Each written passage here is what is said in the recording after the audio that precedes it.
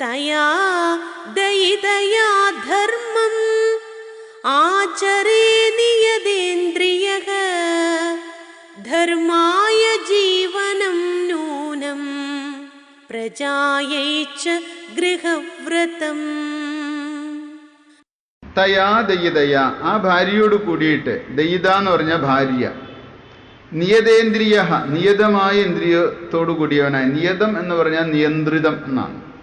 ഇന്ദ്രിയങ്ങൾ സംയമനത്തോടു കൂടിയ വ്യക്തിയായ ആ പുരുഷൻ ധർമ്മം ആചരേത്, ധർമ്മം ആചരിക്കണം ഭാര്യയോട് കൂടിയിട്ട്.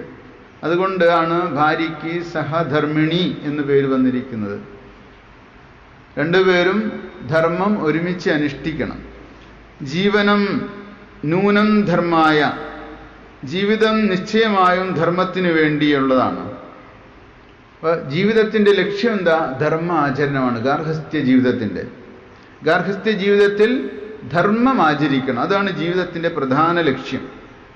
ഗൃഹവ്രതം, ഗൃഹസ്ഥാശ്രമത്തിൻ്റെ പ്രധാന ലക്ഷ്യം എന്തായാലും പ്രജായി, സന്താനത്തിന് വേണ്ടിയിട്ടാണ്. അപ്പോൾ ഗാർഹസ്ഥ്യ ജീവിതം സന്താന ലാഭത്തിന് വേണ്ടിയിട്ടുള്ളതാണ്.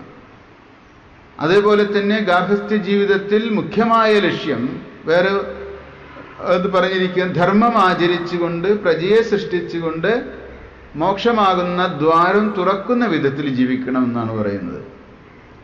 അപ്പം പ്രജ ആവശ്യമാണ്. അതുകൊണ്ടാണല്ലോ ഗാർഹസ്ഥ്യ ജീവിതത്തിലേക്ക് പ്രവേശിക്കുന്നത് തന്നെ. ഇപ്പോൾ രണ്ടുപേരും അത്തരം ഒരു തീരുമാനത്തിലെത്തി ഗാർഹസ്ഥ്യം എന്ന ഒരു അഗ്രിമെൻറ്റിലേക്ക് വരുന്നു, പുരുഷനും സ്ത്രീയും. ചിലപ്പോഴൊക്കെ മുൻകൂട്ടി നമ്മൾ തീരുമാനിക്കുന്ന ആ ഗാർഹസ്ഥ്യ ബന്ധത്തിന് ഉലച്ചിൽ തട്ടുന്ന പല ഘടകങ്ങളും വന്നു കൂടാറുണ്ട്. അതിൻ്റെ കാരണം എന്തെന്ന് ചോദിച്ചാൽ, നമ്മളുടെ പ്രാരബ്ധത്തിൻ്റെ സ്വഭാവമാർക്ക് അറിഞ്ഞുകൂടാ. പക്ഷെ ഉത്തമ സംസ്കാരമുള്ളവരുടെ പ്രാരബ്ധമൊക്കെ വളരെ സ്മൂത്തായിരിക്കും. ഉത്തമ സംസ്കാരത്തിൽ നിന്ന് വരാത്തവരുടെ പ്രാരബ്ധത്തിൽ ചിലപ്പോഴൊക്കെ കയറ്റിറക്കങ്ങൾ ഉണ്ടായിരിക്കും.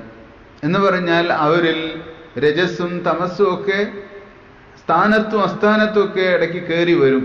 അപ്പോഴൊക്കെ അഹങ്കാരം വിജൃംഭിക്കും. അപ്പോൾ പിണക്കങ്ങളുണ്ടാകും, വിരോധങ്ങളുണ്ടാകും, ശത്രുതകളുണ്ടാകും. അങ്ങനെ ബന്ധങ്ങൾക്ക് ഉലച്ചിൽ തട്ടാനും സാധ്യതയുണ്ട് ഭാര്യയായിട്ട് ഗൃഹസ്ഥാശ്രമി ജീവിക്കുമ്പോൾ. അതുകൊണ്ടാണ് നമ്മൾ തിരഞ്ഞെടുക്കുന്ന വ്യക്തിയെ സംബന്ധിച്ച് കൂടുതൽ ഇതിൽ പറയുന്നത്. ഒരു പുരുഷൻ സ്ത്രീയെ തിരഞ്ഞെടുക്കുമ്പോൾ, സ്ത്രീ പുരുഷനെ തിരഞ്ഞെടുക്കുമ്പോൾ,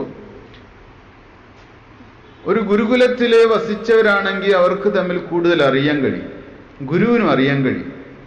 അങ്ങനെ പരസ്പരം അവർക്ക് മനസ്സിലാക്കാൻ കഴിയുന്ന വിധത്തിൽ തെരഞ്ഞെടുപ്പ് സുസാധ്യമായിട്ട് തീരും എന്നാണ് പറയുന്നത്.